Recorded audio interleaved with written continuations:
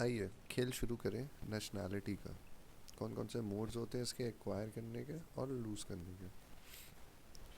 तो नेशनैलिटी क्या है? सीधी बात, डेफिनेशन एक लीगल बॉन्ड है इंडिविजुअल स्टेट के बीच में जो कि रिकॉग्नाइज्ड है इंटरनेशनल लॉ में। क्यों? क्योंकि नेम में ही नेशनैलिटी है, तो इंटरनेशनल।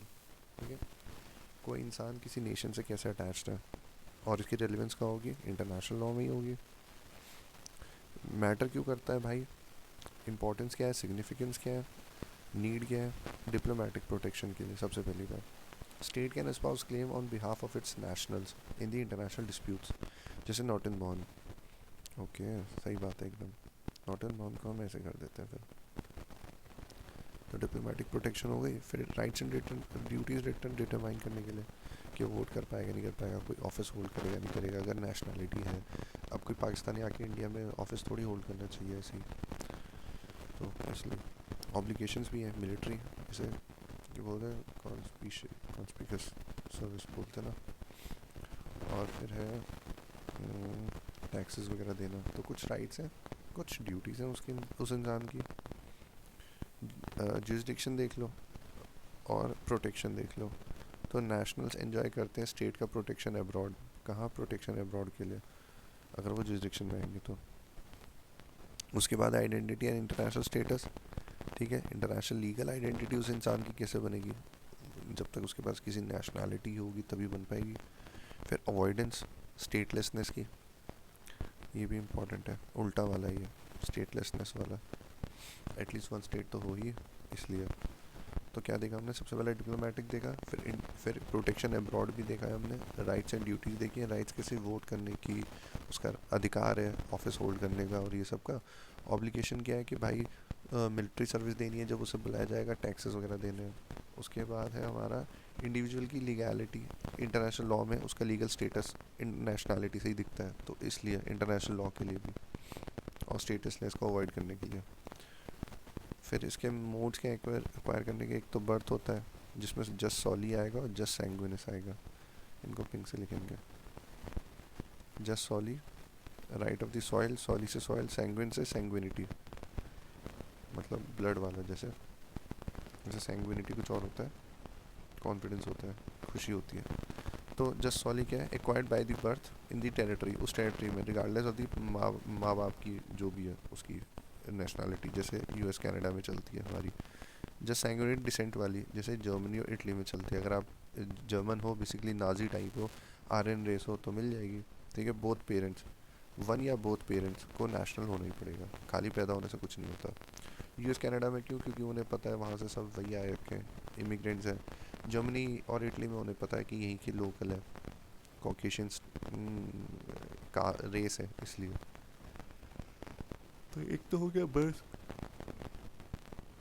फिर है नेचुरलाइजेशन। लीगल कंडीशन होगी कोई ना कोई, आपका रेजिडेंस, लैंग्वेज, जो भी है आपका इंटीग्रेशन, उससे। जैसे इंडिया रिक्वायर करता है 5 से 11 साल वाला। फिर मैरिज का क्या है? स्पाउस में acquire nationality subject to domestic law. अलग से हम टॉपिक भी पढ़ेंगे, नेशनैलिटी ऑफ मैरिड वुमेन। उसके बाद है रजिस्ट्रेशन या option available in special cases. अगर आप फॉर्मर कॉलोनीज़ के पार्ट थे तो आप चूज़ कर लो, आपके पास है। या आपकी टेरिटरी ट्रांसफ़र हो गई एक स्टेट से दूसरी स्टेट में, तो आपके पास ऑप्शन है। तो या तो रजिस्टर कर लो चुपचाप ऑफिस में जाके, या तो ऑप्शन है आपके पास, या तो कॉलोनीज वाला, मतलब ये कॉलोनी वाला है, या तो टेरिटरी जो आपकी ट्रांसफ़र हो रखी है वो। फिर है एक्विजिशन ऑफ द टेरिटरी से, ऑटोमेटिकली बन जाती है वाले। तो जो मैं ऑक्यूपाई कर लूँगा वहाँ के लोग मेरी नेशनैलिटी ही मानेंगे, या तो छोड़ के जाना चले जाओ। लॉस कैसे करोगे भाई? हाउ विल लॉस कैसे होगा नेशनैलिटी का? या तो वॉलंटरी आप रेनाउंस कर दो, या तो आप एक्वायर करो तो कर लो अनदर नेशनैलिटी, या तो डिप्राइव कर दे स्टेट ही। ठीक है, या तो पार्टी वन खुद ही वॉलंटरी अनाउंस कर दे, या तो पार्टी टू स्टेट उसके लात मार दे, या फिर उसने पार्टी थ्री के पास जाके नेशनैलिटी ले ली। है ना? अच्छा गेम है ना ये। This is party one, this is party two, this is party three. फिर चेंज इन टेरिटरी, मेरी टेरिटरी चेंज हो गई है, एक्वायर कर ली किसी और ने आके, सीड कर दी, है ना? तो मेरे पास या तो ऑप्शन है, या तो खुद ही।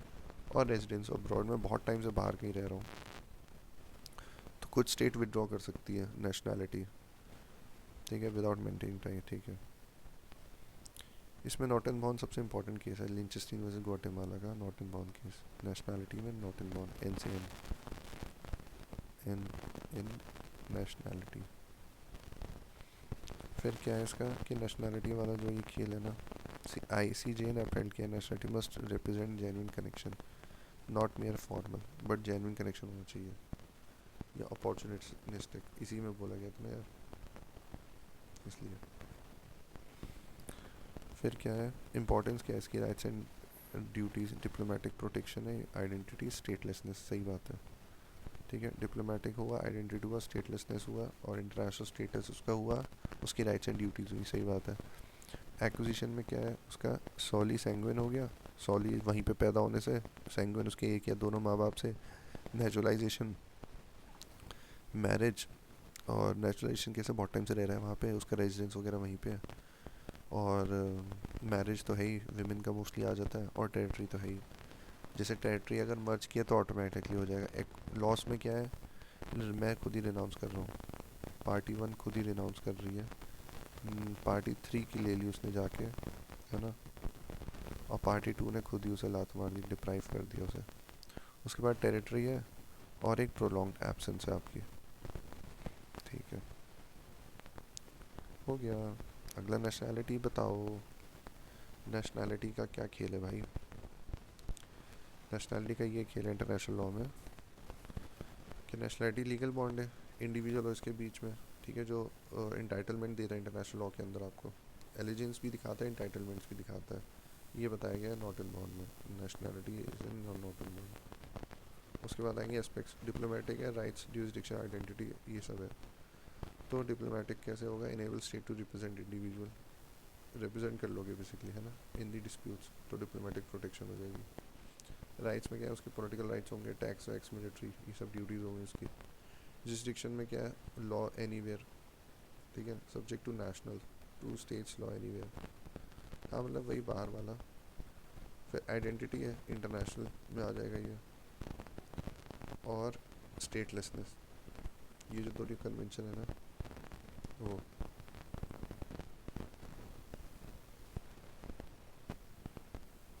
ऊपर कर तो लिया ये सब, बार्सिलोना ट्रैक्शन भी आएगा इसमें, corporate nationality determined by incorporation and registered office, ये अच्छा लगा मुझे तो पूरे आंसर में।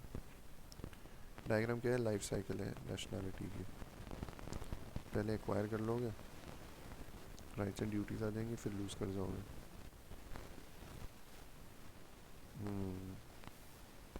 First you acquire, then you get the rights and duty, and then you have loss of it.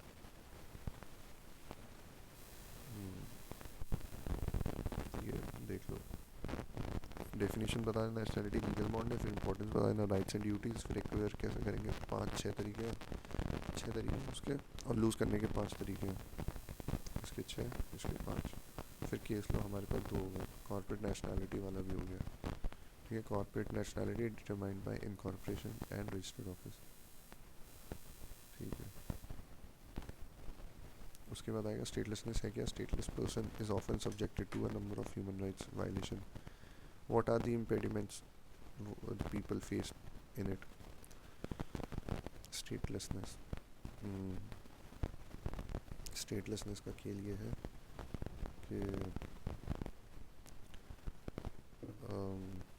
Stateless people often subjected to number of human rights violation, ठीक है, number of human rights violation हो जाते हैं। Impediments हैं, what people face due to statelessness, elaborate करना है, human rights and issue connected to statelessness.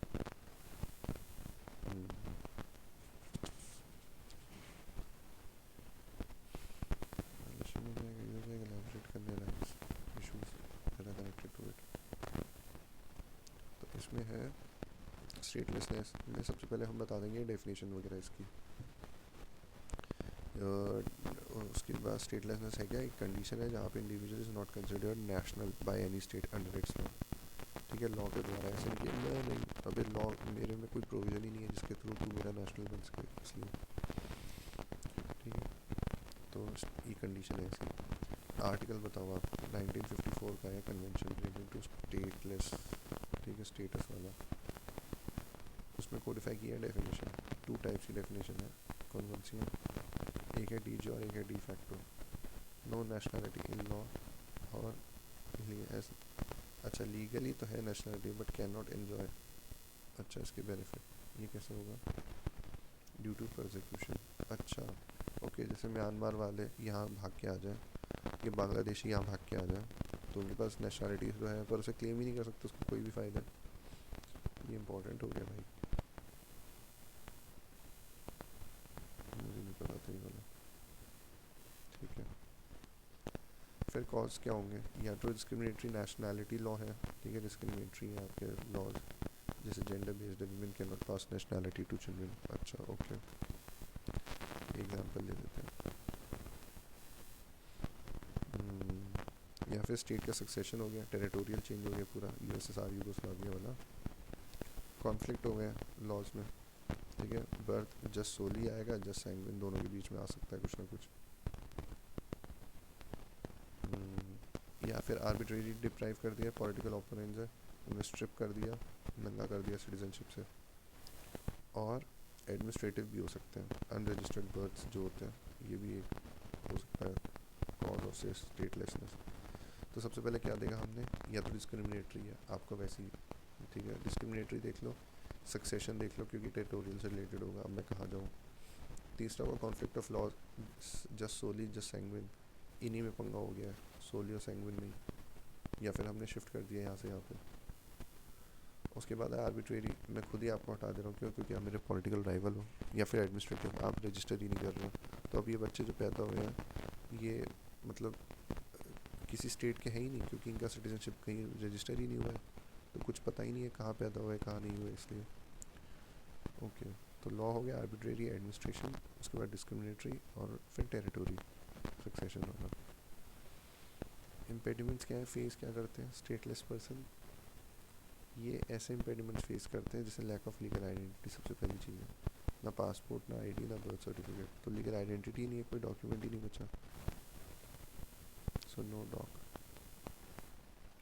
Travel restriction हो जाएगी, जर्मनी जा नहीं पाओगे श्री के पास घूमने, कैन नॉट लीव और एंटर दी कंट्री, ना वो छोड़ पाओगे ना घुस पाओगे, किसी में वहीं के वहीं रह जाओगे, क्योंकि पासपोर्ट ही नहीं होगा तो कैसे घूमोगे ब्रो।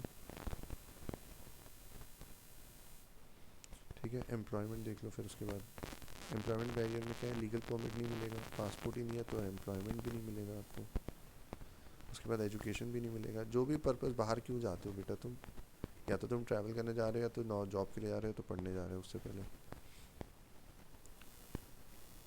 उसके बाद प्रॉपर्टी, कोई एसेट भी नहीं ले पाओगे वहाँ पे, क्योंकि लैंड ही नहीं होगी, डॉक्यूमेंट नहीं है तो लैंड नहीं है। Health care excluded from the public schemes, देख रहे हो, हेल्थ यहाँ से हट गया, हेल्थ एजुकेशन हो गया।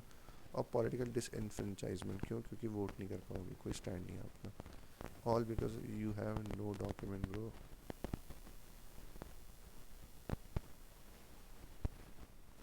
इसलिए तो क्या क्या है, पहली बात तो खुद की लीगल आइडेंटिटी, आधार कार्ड नहीं है आपके पास अपना, फिर मैं आधार नहीं है तो मैं ट्रैवल नहीं कर पाऊँगा, मैं पढ़ने नहीं जा पाऊँगा, नौकरी भी नहीं ले पाऊँगा, वहाँ पे कोई घर नहीं खरीद पाऊँगा। हेल्थ वेल्थ, मुझे कोई भी स्कीम नहीं मिलेगी वहाँ की, क्योंकि मेरे पास डॉक्यूमेंट ही नहीं है। और लास्ट हो जाएगा पॉलिटिकली, कि मैं वोट भी नहीं दे पाऊँगा भाई। तो ये रिलेटेड क्या क्या है, इसकी लीगल बेसिस क्या क्या है? जैसे आर्टिकल 15 है, राइट टू नेशनैलिटी, यूडीएचआर का, और right to recognition before the law भी है 6 आईसीसीपीआर का। फिर फ्रीडम ऑफ मूवमेंट है 12 में आईसीसीपीआर के, वर्क है 23 में और आईसीईएससीआर में भी है, और एजुकेशन 26 में है, फैमिली वाला 23 में है, आर्बिट्रेरी डिटेंशन नहीं होनी चाहिए वो 9 में। अंदर का थोड़ा सा पढ़ लेते हैं। Stateless person denied his foundation right, ठीक है, राइट टू नेशनैलिटी, ये ह्यूमन राइट्स इशू है जो कनेक्टेड स्टेटलेसनेस से। पहली बात तो उसका फाउंडेशनल राइट, ठीक है। रिकग्निशन बिफोर द लॉ, कोई पर्सनैलिटी नहीं है उसकी, इसलिए लीगल पर्सनैलिटी मिलती है। और फिर freedom movement, indefinite detention, work नहीं है, फॉर्मल एम्प्लॉयमेंट नहीं मिलेगी, स्कूल में एडमिशन नहीं मिलेगा, फैमिली में separation due to inability to cross the border, ओहो सेपरेशन, फैमिली से ही सेपरेट हो जाओगे क्योंकि क्रॉस नहीं कर पाओगे बॉर्डर। और आर्बिट्रेरी डिटेंशन है, इनडेफिनेटली कर लेंगे आपको, due to lack of deportation destination. Oh कितना सही रीज़न है यार, डिपोर्ट कहाँ करके ले जाएं तुम्हें, तो हमें डिटेन रखना पड़ेगा तुम्हें। ओके इसीलिए दोनों चीज़ें हैं, क्योंकि कोई डेस्टिनेशन ही नहीं है आपके पास, इसलिए। की डिटर्मिनेंट्स क्या क्या है इसके? की डिटर्मिनेंट्स है इंस्ट्रूमेंट्स, मतलब ये वाला कन्वेंशन है हमारी 54 की, 61 की, और बाकी ICCPR, ICESCR, उसके बाद CRC है और CEDAW है। चाइल्ड राइट्स हो सकता है, चाइल्ड राइट्स कन्वेंशन CRC। 54, 61, 54 का क्या है स्टेटस और मिनिमम राइट्स, बताओ ज़रा क्या स्टेटस है, क्या मिनिमम राइट्स है? ओके तो सबसे पहली बात तो स्टेटस चाहिए, और फिर उसके बाद कोई भी अगर स्टेटस मिल गया किसी भी नेशन का तो उसे मिनिमम राइट्स तो चाहिए होंगे भाई, ठीक है। मगर यहाँ पे बोल रहे हैं minimum rights of stateless explorer, ठीक है। 61 में स्टेटस तो पता है, पर अभी हमें उसको कन भी तो करना है, तो रिडक्शन भी करेंगे इसका, और स्टेट्स को ऑब्लिगेट करेंगे कि वो ग्रांट करें नेशनैलिटी। अब इसमें केस नॉट इन बाउंड तो पता ही होता है हमें, ठीक है। जेन्युइन लिंक की बात की गई है, ना कि आर्बिट्रेरी। और यहाँ पे एम के कौन सा है, M.K. Yadav versus finance, human rights committee, arbitrary detention of stateless person violence ICCPR। M.K. Yadav M.K. Yadav in France में गए थे तो उन्हें आर्बिट्रेरली डिप्राइव कर लिया था। आर्बिट्रेरी डिटेंशन नहीं होना चाहिए क्योंकि वो वायलेट कर देगा ICCPR।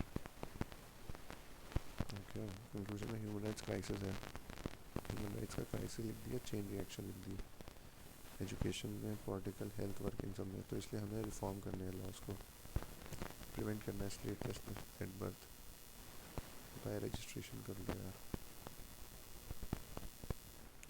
फिर 54 और 61 की कन्वेंशन को हम रेटिफाई कर देंगे तो अच्छा ही रहेगा, और हम नहीं करेंगे तो कम से कम यूनिवर्सली बाकी लोग तो करो, और प्रोवाइड करेगा लीगल आइडेंटिटी डॉक्यूमेंट्स प्रॉम्प्टली, समझे, डॉक्यूमेंट्स आइडेंटिटी डॉक्यूमेंट्स। कूल। तो कॉजेज़ क्या होते हैं, कॉजेज़ और फिर इम्पेडिमेंट्स स्टेटलेसनेस के ना। तो इनिशियल कॉजेज़ क्या होंगे, कॉजेज़ होंगे आपने या तो लॉ आपका ऐसा, या तो सक्सेशन हो गया, या तो कॉन्फ्लिक्ट हो गया, तो आर्बिट्रेरी, या तो एडमिनिस्ट्रेटिव। उसके बाद इम्पेडिमेंट्स क्या है, कि आपको क्या क्या ये इम्पैक्ट्स है बेसिकली उसके, इम्पैक्ट्स समझ में आ रहे होंगे। ह्यूमन राइट्स में क्या क्या आता है, ह्यूमन राइट्स में नेशनैलिटी है, लॉ का रिकग्निशन है, मूवमेंट, वर्क है, एजुकेशन है, फैमिली लाइफ है, आर्बिट्रेरी डिटेंशन है, इन सब से मुक्ति चाहिए भाई। फिर triumph of positivism has reduced an individual to be an international law.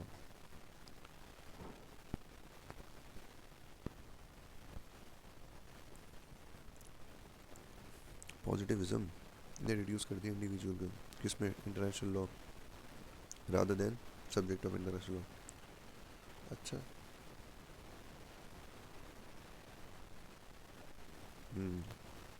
अब इंडिविजुअल का स्टेटस बताइए ज़रा इंटरनेशनल लॉ में।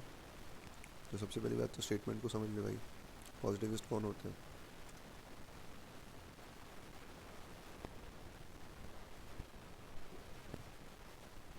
जो खाली स्टेट को मानते हैं कि स्टेट आप ही हो मेन सब्जेक्ट। पॉजिटिव वो है जो ओनली सोवरेन स्टेट्स को ही प्राइमरी सब्जेक्ट्स मानते हैं नेशनल लॉ का। क्यों? और लीगल रूल्स अराइज होते हैं कंसेंट से उनकी। क्लासिकल पॉजिटिविस्ट डॉक्ट्राइन ने बोला है नो डायरेक्ट राइट्स इंडिविजुअल्स के, समझे, खाली मीडिएशन में आ सकते हैं वो सब, बाकी हटा दो। तो basically reduce role of individual, mere objects rather than subjects. अब क्लासिकल पॉजिटिविस्ट में क्या लिखेंगे हम कि वो पुराने टाइप के थे, 19वीं सेंचुरी हो गया। इंडिविजुअल बेनिफिशियरी ऑफ राइट्स है, बेयरर ऑफ ड्यूटीज़, कहाँ पे, डोमेस्टिक लॉ में, बाकी इंटरनेशनल में। If a foreigner's rights are violated abroad, remedy could be sought only through diplomatic protection. इसलिए हर जगह डिप्लोमेटिक प्रोटेक्शन आ रहा है कि आपका राइट अगर वायलेट होगा तो डिप्लोमेटिक प्रोटेक्शन आएगी। International law applied indirectly to individuals. कैसे? Indirectly to individuals. Good. Modern में कैसा रहेगा? इरोजन ऑफ क्लासिकल वैल्यू हो गया, मॉडर्न में इरोजन हो गया क्लासिकल का जो डोमिनेट करता था 20th सेंचुरी तक। कैसे, क्यों हो रहा है? क्योंकि पहली बात तो ह्यूमन राइट्स के लॉ आ गए, यूडीएचआर आ गया, आईसीसीपीआर, आईसीएससीआर, यूरोप, अमेरिका, ये सब आ गए, उन्होंने इंडिविजुअल को डायरेक्ट राइट्स दे दिए। जैसे European courts of human rights है, वो डायरेक्टली अलाउ करता है, ठीक है, डायरेक्ट फ्लाइट।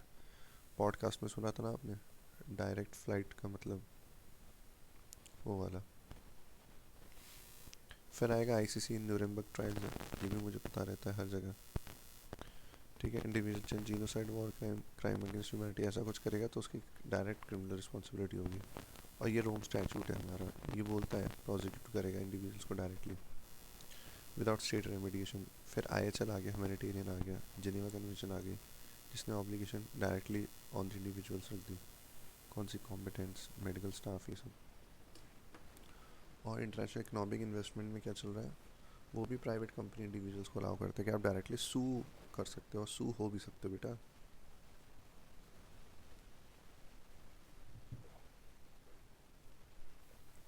ये वाली बॉडी जो है ना, इकोनॉमिक इन्वेस्टमेंट, क्या क्या याद रखोगे?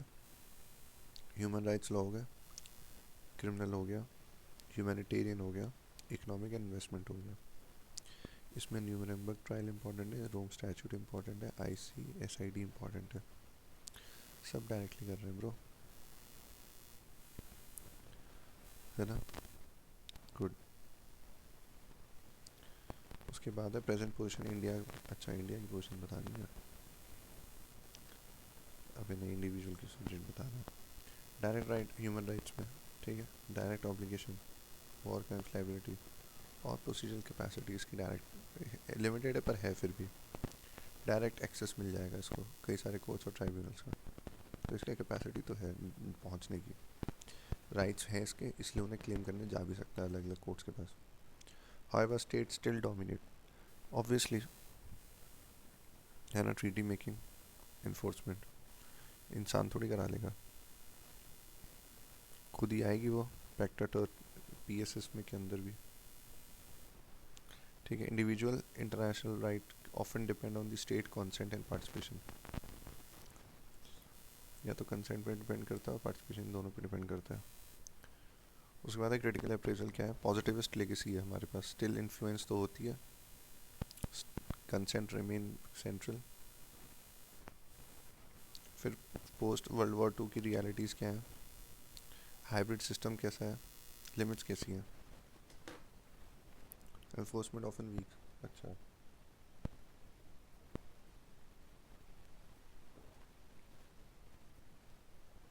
स्टेट का कंप्लाइंस होगा तभी इंडिविजुअल पे होगा, वरना तो स्टेट ने मना कर दिया तो कोई माई का लाल इसको इन्फोर्स नहीं कर सकता। हाइब्रिड सिस्टम क्यों? क्योंकि प्राइमरी सब्जेक्ट्स तो स्टेट ही हैं, बट इंडिविजुअल धीरे धीरे बढ़ा रहे हैं, सेकेंडरी हो गए हैं, इसलिए हाइब्रिड में लिख देते हैं प्राइमरी प्लस सेकेंडरी। प्राइमरी हो गई स्टेट, सेकेंडरी हो गए इंडिविजुअल। फिर आएगा पोस्ट वर्ल्ड वॉर 2 की reality, natural law ideals introduced. Natural law के जो आइडियल्स थे वो री इंट्रोड्यूस हुए, तो इंडिविजुअल पार्शियल सब्जेक्ट बन गया। अच्छा, individual partial subject due to principle of natural justice, okay.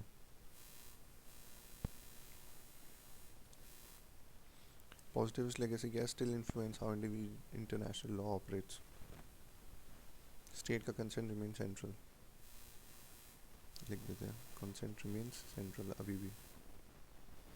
तो भाई ये पॉजिटिविस्ट की अभी भी बात चल रही है, पोस्ट वर्ल्ड वॉर 2 के बाद और भी चीज़ें आ गई थी, इंडिविजुअल को धीरे धीरे बढ़ा दिया, इंस्टीट्यूशनलाइजेशन भी हुआ, प्लस इंस्टीट्यूशनलाइजेशन। फिर हाइब्रिड सिस्टम आ गया और लिमिट्स है। कंक्लूजन क्या है? ट्रायम्फ ऑफ पॉजिटिविज्म तो है ही, नहीं लिखूंगा मैं। इंडिविजुअल का रोल बढ़ रहा है, मॉडर्न में क्वालिफाइड सब्जेक्ट है ये, ठीक है। एवोल्यूशन में पहले ऑब्जेक्ट था, फिर बेनिफिशियरी बना, अब पार्शियल सब्जेक्ट हो गया। तो बैलेंस कर देगा स्टेट की सोवरेंटी और इंडिविजुअल ह्यूमन डिग्निटी को। स्टेट भी और ह्यूमन भी, स्टेट और ह्यूमन। तो हमने क्या, न्यूरेमिक ट्रायल और Barcelona, erga omnes, direct criminal responsibility, DCR, फिर यूडीएचआर एक देखा, एक रोम स्टैचू देखा, न्यूरेमबर्ग ट्रायल्स, डायरेक्ट क्रिमिनल, और ये नॉट इन बॉर्न, ठीक है, दोनों में आएगा।